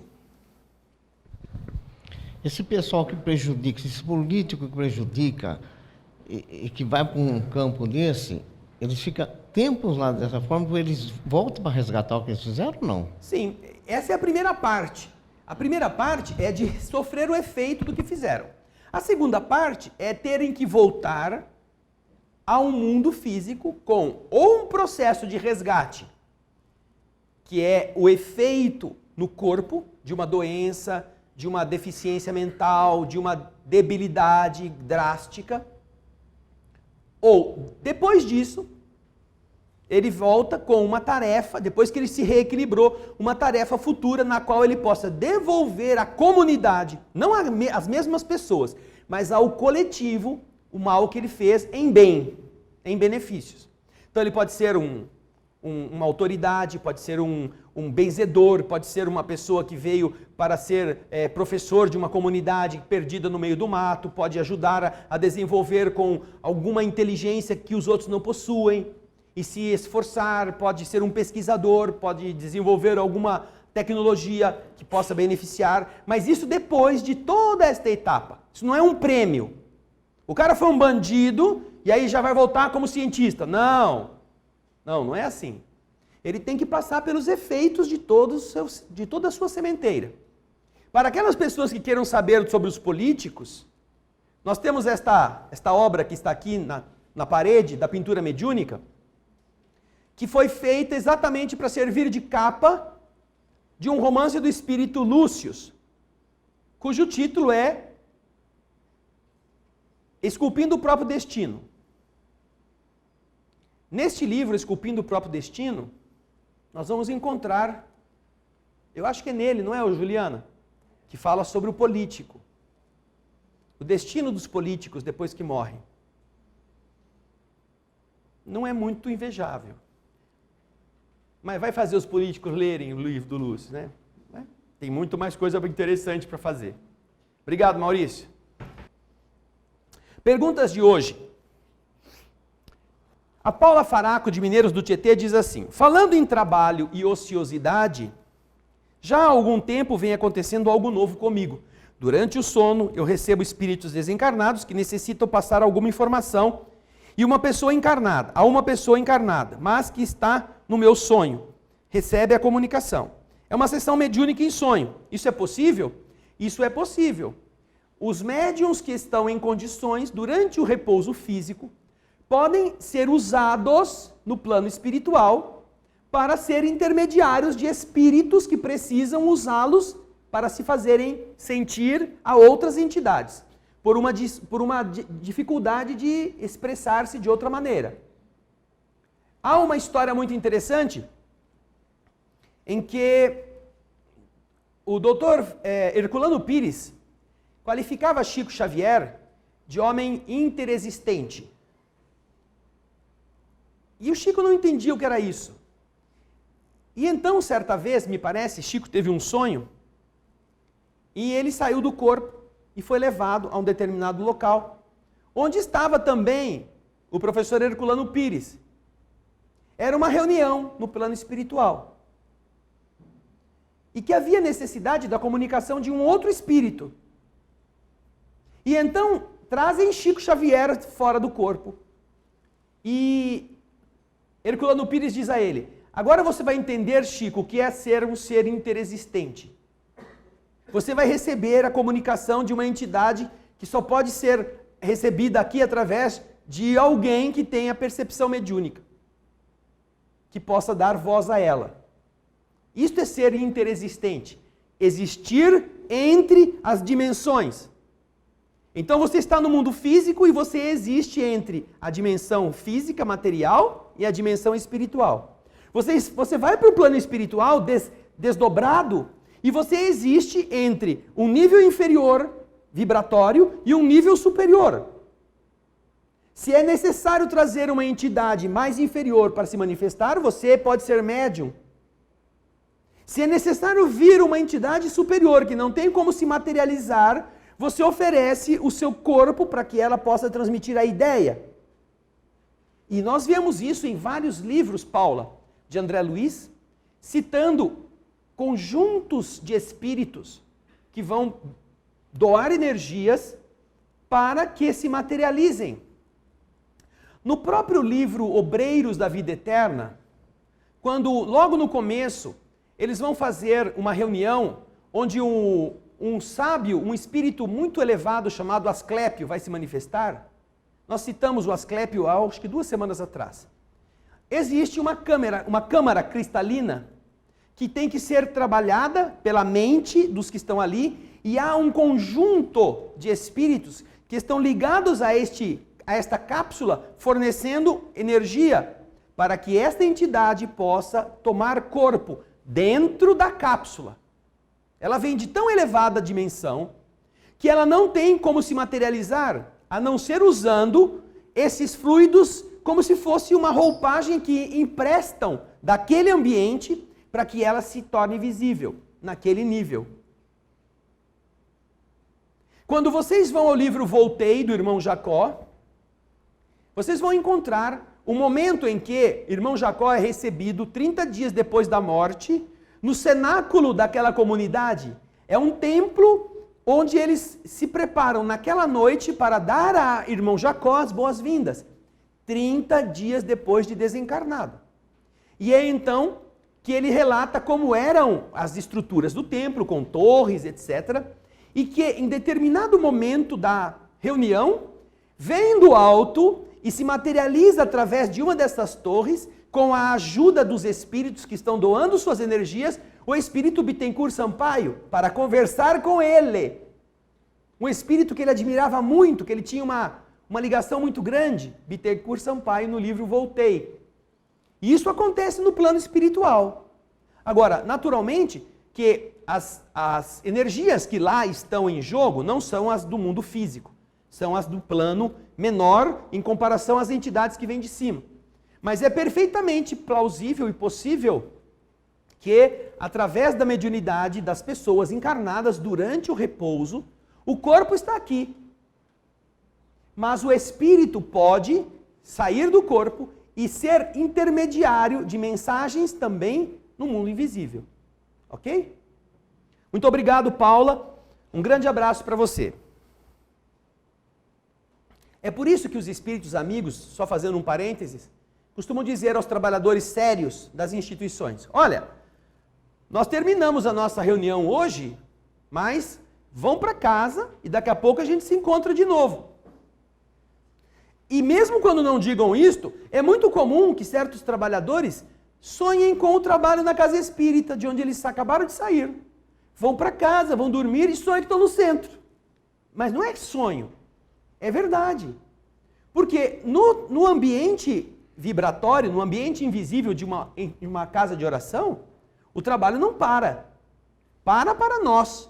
Para eles, continua. Então você vai dormir, sai do corpo e vai ser um trabalhador na dimensão espiritual da mesma instituição a que você está vinculado, por amor. Agora, o cara vai para casa, agora tá bom, acabou o trabalho, legal, você é médium, vou tomar umas birita, porque agora já passou a mediunidade, né? Não pode beber antes, mas depois pode. Aí a gente enche a barriga de tudo que não pôde comer antes, porque os espíritos são assim, não, a gente tem que comer uma frutinha. Vai quase tendo uma hipoglicemia para a reunião. Não, porque não pode comer nada pesado, porque é verdade, dificulta o funcionamento orgânico, a produção de todo o metabolismo gera toxina, isso atrapalha a concentração. Mas e depois? Você não vai continuar trabalhando? Aí chega em casa, come o boi. Não comeu antes, vai comer depois. Aí vai dormir com o boi na barriga. Aí os espíritos, cadê o fulano? Cadê o Beltrano? Cadê o fulano? Não veio. Por quê? Está preso lá no boi. O boi está pesando tanto que ele não conseguiu sair da barriga dele. No livro Missionários da Luz, eu acho que é nesse livro. Não, ou é no próprio Obreiros. Não, é no Missionários. Alexandre tem uma escola no plano espiritual, onde há 300 alunos encarnados, matriculados para estudar. 300 espíritos. Em um centro espírita, à noite, ele dá aula das 2 às 4 da madrugada. Tem 300 matriculados, dos quais apenas 30 são frequentes. 30 vão todas as noites de estudo que tem curso com Alexandre. Vão lá estudar. Naquela noite, entretanto, estão faltando 2. 2 que estão no corpo, que deveriam já ter dormido e ter ido para o plano espiritual na escolinha do Alexandre, não foram. Aí o Alexandre, o que aconteceu com o Marcondes e com o Vieira? Vai lá, fulano, vai ver o que está acontecendo com eles. Faltam uns 3 minutos para começar a reunião. 2 da madrugada. Aí encontra o Vieira passando mal. Falou mal de um amigo na hora da janta. Um amigo que já tinha pifado, tinha ido para o outro lado. A gente é espírita, mas não acredita que os mortos vivem. Então a gente, depois que morre, fala tudo que pode, tudo que não pode, as maiores mentiras. E quando ele falou tudo isso, o amigo veio. Veio. Escuta, você está falando de mim. Só que ele estava acordado. Quando você dormir, eu vou te explicar umas coisas que você não está sabendo. E o bicho era feio, que nem o capeta desenhado. Aí a hora que o cara deitou, punha a cabecinha para sair. Eu tenho curso com o seu Alexandre. A hora que punha a cabecinha, via o espírito do amigo dele. Você falou umas coisas de mim? Ai, meu Deus, volta pro corpo. Então ele ficava saindo e voltando, saindo e voltando, saindo e voltando, não conseguia ir para a aula. E aí os espíritos ajudaram, deram um chacoalhão nele, gritaram bem alto o nome dele. Eu acho que esse é o Vieira, né? Ou é o Marcondes? Um dos dois. Esse é o Vieira. Aí ele acorda do pesadelo. Ai, graças a Deus. O fulano, o meu finado amigo, estava aqui me cobrando. Falar mal de espírito encarnado não é bom. Mas falar mal de espírito desencarnado é pior. Porque você não enxerga, mas o cara está vivo. Ele sabe que você está chamando ele pelo nome e vem. Se for um bom espírito, ótimo. Mas se não for lá tão bom, não é? Cuidado. Aí eles vão atrás do outro. Está lá o Marcondes. Noitada. 3 sirigaita pelada. Envolvendo o Marcondes. Assim que ele saiu do corpo. Do lado de lá também acontece isso, sobretudo com as mentes dos encarnados que se vinculam a isto. E tá lá o Marcondes, bem bom, né? Legal, não tem ninguém vendo, nem o Alexandre, nem ninguém. Aí chega o fulano. Pegou com as calças na mão, né? O que eu vou dizer de você hoje para o instrutor Alexandre? Não é bem isso. Não é isso que você está pensando. Aquelas conversas, né? Nada. Aí vem as entidades, uma delas, a mais astuta, usando o sexo para prender. Vocês têm uma escolinha, mas o Marcondes é nosso aluno. A nossa escolinha, ele gosta muito, muito melhor do que a de vocês. E aí, André Luiz vai tentar doutrinar a mocinha. O Espírito fala para ele, não faça isso.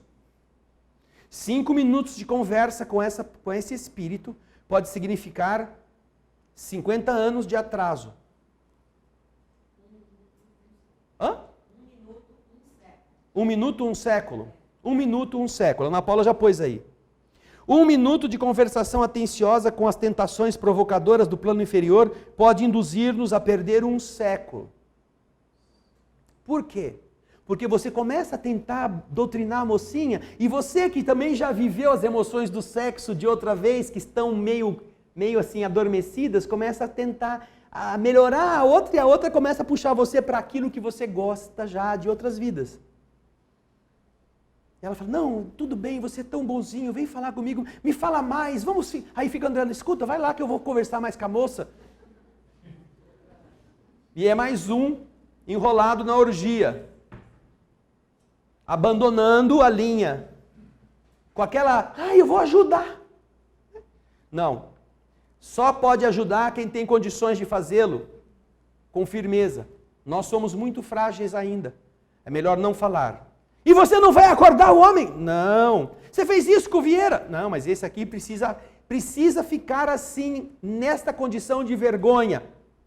Para que essa vergonha, quando ele acordar, faça o efeito que nós precisamos. Os dois não poderão ir ao estudo conosco esta noite. Então vejam só a responsabilidade, Paula, dos trabalhadores que têm conhecimento da doutrina, porque não são trabalhadores só quando estão no centro espírita, com o corpo.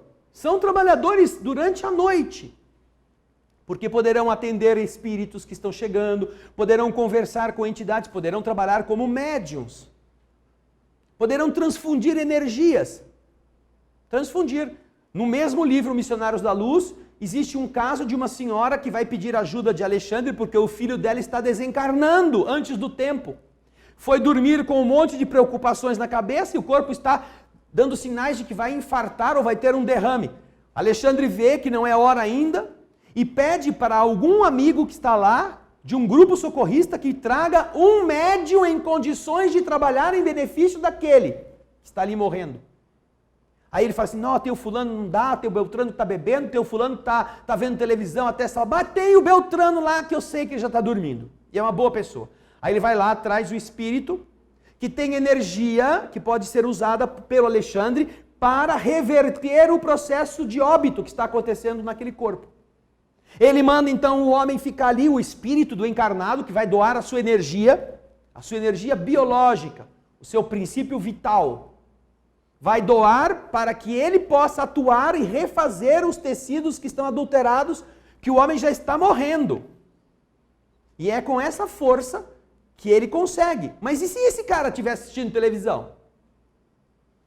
E se ele tivesse tomado umas birita? Se ele tivesse com a barriga com o boi? Não poderia ser útil. E ele foi útil para salvar um espírito de uma situação pior, que ia morrer fora da hora. É um trabalho de doação de energia. Ele ficou meia hora ali, impondo as mãos e vibrando para doar e canalizar suas forças para aquele que estava lá. Não é só receber espírito, não. É fazer muita coisa do outro lado. Agora, se nós não prepararmos nossa mente, a gente vai sair e vai se divertir. Vai procurar ambientes que são adequados à nossa vigilância. Às aventuras, aos passeios, às orgias, às coisas que nos dominam o pensamento diário. Nós reproduzimos isso durante a noite. Obrigado, Paula. Um abraço para você, querida. Nós temos outra participação. A Lúcia Maria de Campinas. Se ao desencarnarmos, saímos dessa dimensão e vamos para outro espaço, outra morada, fazer ou aprender outras coisas, então como a pessoa pode ver todas as dimensões de suas coisas se ela não está mais por aqui? Certamente, não são todas as pessoas que têm a liberdade de ir e vir onde queiram. A não ser que seja muito evoluída, estou meio confusa nesta parte. Se possível, esclareça um pouco sobre isso. Não é difícil, viu, Lúcia? Por quê? Nós estaremos vendo, depois que desencarnarmos, as dimensões nas quais estamos e as que são inferiores a nós. Nós não conseguiremos perceber dimensões que estejam acima da nossa capacidade. Então, quando alguém desencarna, se ela não se elevou pela mente à condição de espírito, ela continua vivendo aqui. Ela continua tendo fome, continua crescendo o cabelo, continua a unha crescendo, ela sente mau cheiro porque não tomou banho. Ela sente tudo isso. É o mundo que ela vê, é o mundo que ela conhece. Mas se ela, durante a vida física, trabalhou com a ideia de que poderá estar numa outra dimensão, pode ter espíritos amigos, pode ter anjos da guarda, pode ter seres que ela amou, que ela se devotou. Se ela tiver alguma ligação com o espírito, ela poderá sair da dimensão terra-terra e estar percebendo já as existências de entidades diferentes na dimensão em que ela está. Mas é tudo uma adequação mental que capta isto no nível em que ela se encontra. Ah, eu quero ver Jesus. Quem não quer? Mas para ver Jesus, ou para estar onde Jesus se encontra, você precisa estar num padrão vibratório semelhante ou próximo.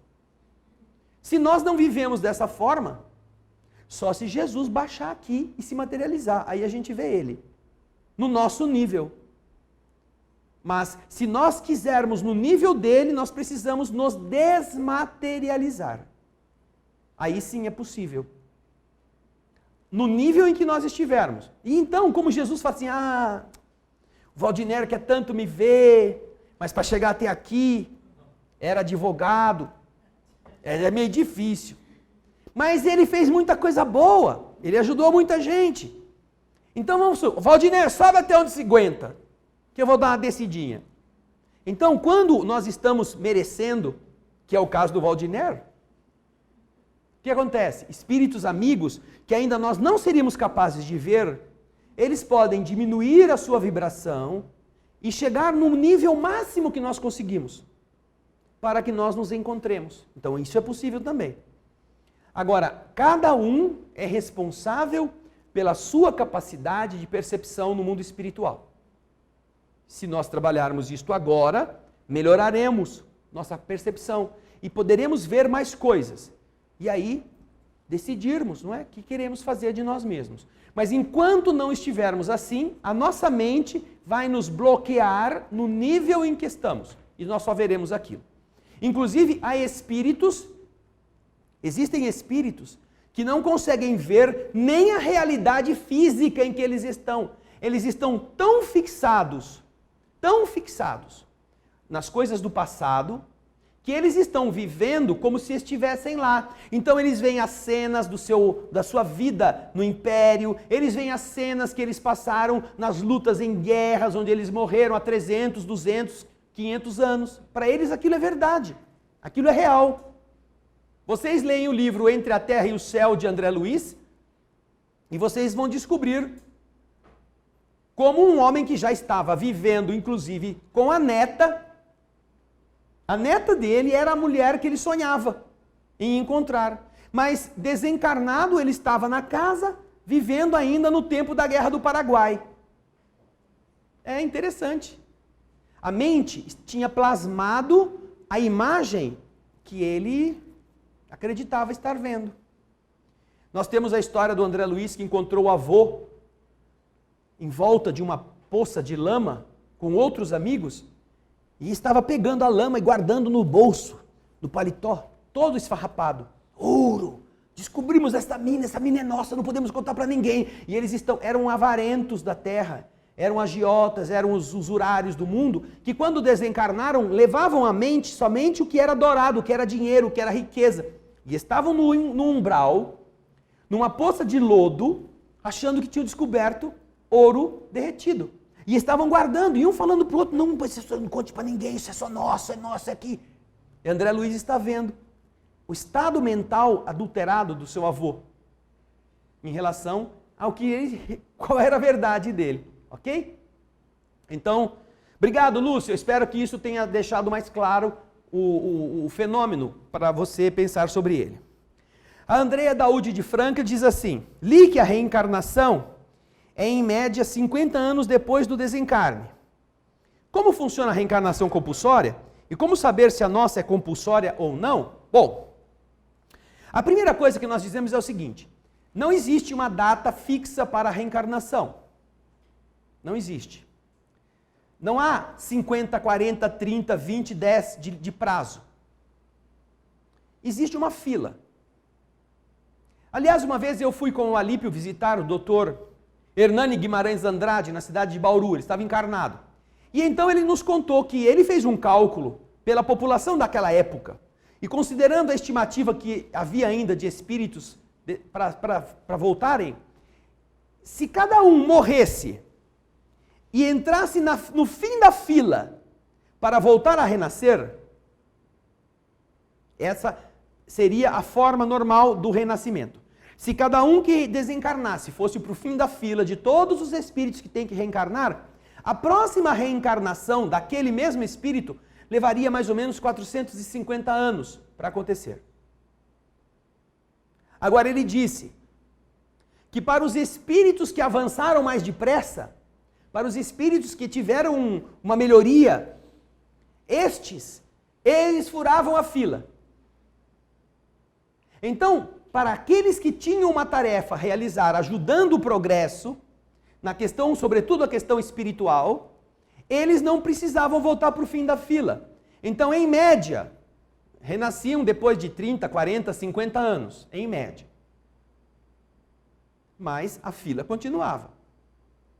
Você vê Kardec recebendo uma informação do mundo espiritual que lhe diz, se fosse possível, você sequer sairia do corpo diante dos trabalhos que você tem que fazer. Mas como a natureza tem que seguir seu curso, você precisará renascer em breve para dar continuidade. Aí Kardec escreve, tendo em vista o que eu já fiz, o que eu tenho que fazer ainda e o que está pendente, eu acredito que a minha próxima encarnação deverá acontecer no final deste século ou no princípio do século seguinte. No final do século XIX ou no princípio do século XX. Kardec desencarna em 31 de março de 1869. A próxima reencarnação está escrito em obras póstumas. Ele escreveu isto. Depois que o seu amigo espiritual, Dr. Demer, diz a ele como que estava o seu estado de saúde, que ele deveria se cuidar. E então, ele escreveu que ele previa que ele, ao desencarnar, ele deveria voltar em breve tempo. E o Dr. Demer diz, a sua próxima encarnação será daquelas que permita que você comece a trabalhar cedo. Está escrito isto. Em 1850 ou 68, 67, em obras póstumas. Kardec então faz um adendo, uma nota, ele mesmo, tendo em vista os compromissos que ainda estão pendentes e que ainda tenho que terminar, eu penso que a minha próxima reencarnação deverá acontecer no final deste século, no começo do século seguinte. Ele morre em 1869 e Francisco Cândido Xavier reencarna em 1910, se não me engano. 1910. E ele estaria em uma condição de ter que começar a trabalhar bem cedo. Chico vem com todos os processos mediúnicos desde cedo, desde criança. Mesmo sendo católico. Começa a eclodir a mediunidade com 17, 18 anos e trabalha toda a vida, praticamente. Nós temos então uma referência muito bela a respeito. Mas para os espíritos normais, os espíritos que não são muito elevados, eles têm que obedecer à fila. Então, dependendo de quanto ele evoluiu, talvez ele caia de 450 para, sei lá, 300, 250. Aí o povo pensa assim, né? Ah, eu pensei que se a gente evoluísse, levava mais tempo ficando passeando lá por cima. Ora, quem mais evolui, mais precisa de trabalho, mais pede trabalho, mais quer ajudar. Quem não quer ajudar é quem não tem inteligência, quem não tem o raciocínio desenvolvido. Esse que é folga. Então, Andréia, primeira coisa é esta. Segunda, como funciona a reencarnação compulsória? A reencarnação compulsória é aquela que o indivíduo é posto sem perguntar se quer. Não é? Você vai ter que renascer. Então, fazem um processo de hipnose, sonoterapia, preparam o seu restringimento e colocam onde ele precisa. E como saber se a nossa é compulsória ou não? É interessante perceber que geralmente quem renasce na compulsória não gosta, não quer estar nela, reclama de tudo, é revoltado, é rebelde. Então, se nós tivermos essas características, talvez a nossa seja uma reencarnação compulsória. Se você reclama, porque reclamar é uma instituição nacional, né? Se você reclama, mas você não está assim rebelde, né? Você não está na compulsória. Você está precisando da experiência, mas projetou isso para você de uma certa forma, ou diz, não, realmente eu não fui muito legal, eu preciso mesmo passar por esses apuros. Geralmente a compulsória, o espírito é colocado numa situação muito difícil, porque ele precisa dela. Não é uma coisa assim, flying, não é que nem a borboleta do Clint. Bonita, voadora, levinha. Não. É geralmente uma reencarnação de sofrimento e de dificuldade. Ok? Acabaram as perguntas, Ana Paula? Muito obrigado pela sua participação, Ana Paula. Obrigado, Andrezinho, pelas imagens que você procurou na hora e pôde ilustrar. Ficou melhor para vocês ver as imagens aqui do que ver aqui no meu monitorzinho? Então. Ou vocês querem que a gente tire a TV daqui? A gente pode tirar também. Se vocês não quiserem, a gente... Ou deixa desligada, né? Tirar o Gaspar que pôs, olha o tamanho do Gaspar, ele que pôs a TV aí. O Bosco. O Bosco, é comigo ninguém pô Bosco. Então pinta o cabelo. O Valdiner já está achando que a cabeça dele está muito branca. Então, o que vai mais valer é o que está dentro da cabeça. Nós estamos vivendo na época do espírito, não é? Ok? Vamos fechar os olhos. Nosso abraço para os quase 5.000 participantes do estudo de hoje. Obrigado, Jesus, por mais uma vez podermos pensar a respeito das leis espirituais e compreender como elas são tão importantes em nosso existir.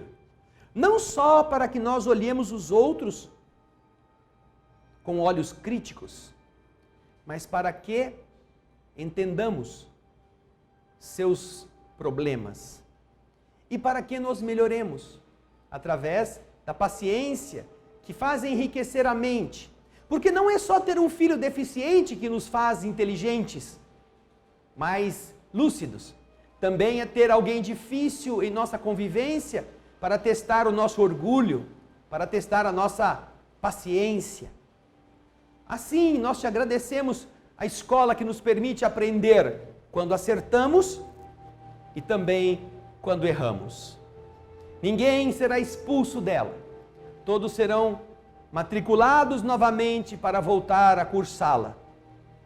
Com essa gratidão na alma por todos os espíritos que nos ajudam neste entendimento, nós oferecemos silenciosamente a prece de Pai Nosso com a qual encerramos o estudo de hoje. Pai Nosso,